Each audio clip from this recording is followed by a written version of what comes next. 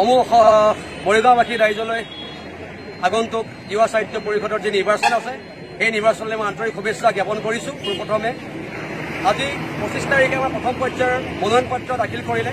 আজি আমাৰ দ্বিতীয় পৰ্যায়ৰ মনোনয়ন পত্ৰ দাখিল কৰা হৈছে। আমাৰ মৰিগাঁৱৰ সমষ্টিৰ পৰা দুটা এলেকাৰ দুটা সমষ্টিৰ পৰা আমাৰ মনোনয়ন পত্ৰ দাখিল কৰা হৈছে। প্ৰথম আমাৰ পাৰ্টিৰ নাম হৈছে বৰঙণি সমষ্টিৰ পৰা পিংকু ব্ৰহ্ম আৰু আমাৰ ভোমোৰাগুৰিৰ যি সমষ্টি আছে, যি আমাৰ কাউন্সিলৰ আছে ভোমোৰাগুৰি কাউন্সিলৰ পৰা আমাৰ চিত্ৰলেখা ফাংচুৰীয়ে আমাৰ মনোনয়ন পত্ৰ দাখিল কৰিছে। এই মুহূৰ্তত আমি আছো মৰিগাঁও জিলা পৰিষদৰ কাৰ্যালয়ৰ সন্মুখত। আমাৰ ইতিমধ্যে আমাৰ মৰিগাঁৱৰ উপায়ুক্ত কাৰ্যালয়ত আমাৰ চিত্ৰলেখা ফাংচুৰীয়ে আমাৰ মনোনয়ন পত্ৰ দাখিল কৰিছে আৰু দ্বিতীয় পাৰ্টিৰ আমাৰ মনোনয়ন পত্ৰ মৰিগাঁও জিলা পৰিষদৰ কাৰ্যালয়ত অৰ্থাৎ পিংকু ব্ৰহ্মৰ যি আমাৰ বৰঙণিৰ আমাৰ প্ৰাৰ্থী হয় তেখেতৰ মনোনয়ন পত্ৰ দাখিল কৰিবলৈ আমি আহিছো।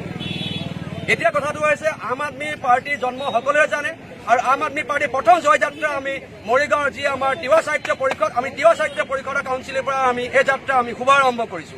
আৰু আমাৰ কাৰণে খুব গৌৰৱৰ কথা, আমি আগন্তুক আমাৰ যি আমাৰ বিধানসভা নিৰ্বাচন আছে, যদি আমি এই পৰ্যায়ত আমি যদি অৱতীৰ্ণ হ'ব পাৰোঁ, আমাৰ প্ৰায় 10ৰ পৰা 12টা আমাৰ কেণ্ডিডেট দিবলৈ আমি চেষ্টা কৰিছিলোঁ এই তিৱা সাহিত্য পৰিষদৰ নিৰ্বাচনৰ কাৰণে। আৰু আজিৰ দিনটোত বিশেষ দিনটোত আমাৰ মৰিগাঁৱৰ লগতে আমাৰ নগাঁৱৰ জিলাত আমাৰ যি আমাৰ তিৱাৰ এলেকা আছে তাতো আমাৰ মনোনয়ন পত্ৰ দাখিল কৰা হৈছে পাৰ্টিৰ যোগেদি। এতিয়া দ্বিতীয় কথাটো হৈছে আমাৰ যি বৰঙণি কাউন্সিলৰ যি পাৰ্টি আছে পিংকু ব্ৰহ্ম, যোৱাকালি এটা হঠাৎ আমি বাতৰি পাইছোঁ আমাৰ এই প্ৰাৰ্থীজনক অপহৰণৰ ভাবুকি দিছে, তেওঁক ভাবুকি দিছে এটা বিপক্ষী দলে। কিন্তু স্পষ্ট ভাষাৰে ক'ব বিচাৰিছোঁ আম আদমী পাৰ্টিক ভয় খুৱাই লাভ নাই। প্ৰথম কথাটো আমি কৈছোঁ এই দলে এই বিশেষ দলটো বুলি মই কৈছোঁ এই বিশেষ দলে দুৰ্নীতি আৰু ভ্ৰষ্টাচাৰৰ বিৰুদ্ধে প্ৰত্যেক বছৰে প্ৰত্যেক দিনে কাম কৰি আহিছে। আম আদমী পাৰ্টিয়ে কোনো দলক ভয় নকৰে।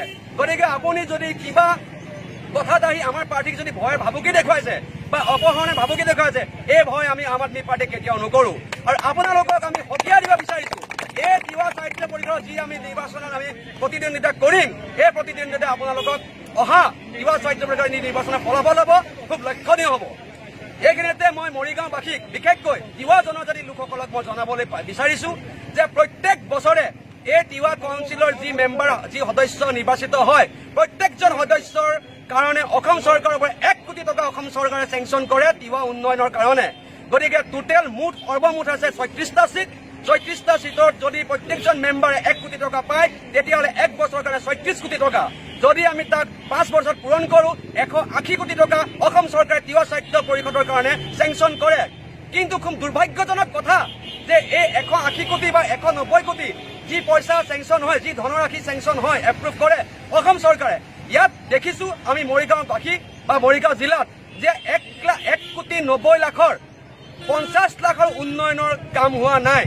গতিকে যি দুৰ্নীতি আৰু ভ্ৰষ্টাচাৰে বেৰি ধৰিছে এই মৰিগাঁওবাসীক বা এই তিৱা সাহিত্য পৰিষদখনত অনাগত দিনবিলাকত আৰু সহ্য কৰা নহ'ব, আৰু দুৰ্নীতি হ'বলৈ দিয়া নহ'ব।